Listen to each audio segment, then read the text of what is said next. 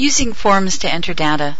Obviously, one of the biggest jobs we have in Excel is the entering of individual bits of data that form the records which serve as the basis of the information contained in the spreadsheets or worksheets. And since this is such a major job, and an important one too, since you need to be sure that the data you enter is correct, and that you've not gotten sloppy from a long session typing in numbers, you want to find time-saving ways to perform this job. One form of shortcuts is through the use of something called forms.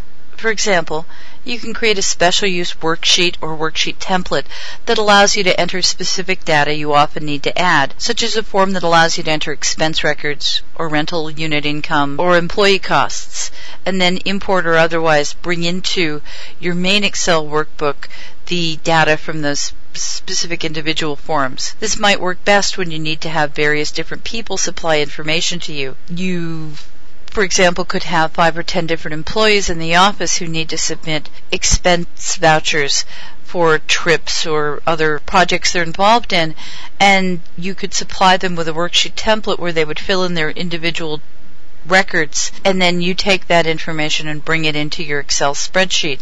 That's one type of form.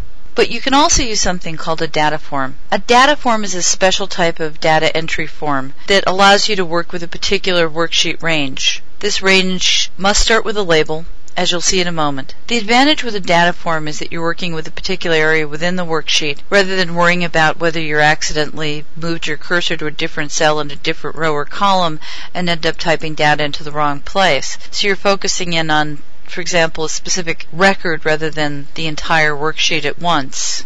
This can make life a lot simpler. Here we're working with an inventory report for a company.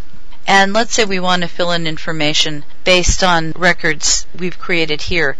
Now, we've set this up as a list of various options that are available within this particular department, which happens to be the accessories department. Now, in order to use a data form to add data, we can click anywhere within these records. For example, I've chosen cell B7, and now I'm going to open up the data window and choose form. You'll notice that when it looks at sheet 1, you've got basically the same headings that you see across row 4. Description, type, cost per unit, sales price, and number of units available. Now, when I want to add a new record beyond what's already here, because obviously we have Adago handbags already listed here, we would click New. And then we can fill out the information, the description, the type, the cost per, the sale price, the units. In the next tutorial, I'll show you about entering records using a data form, and then we'll talk more about management and review of records using a data form.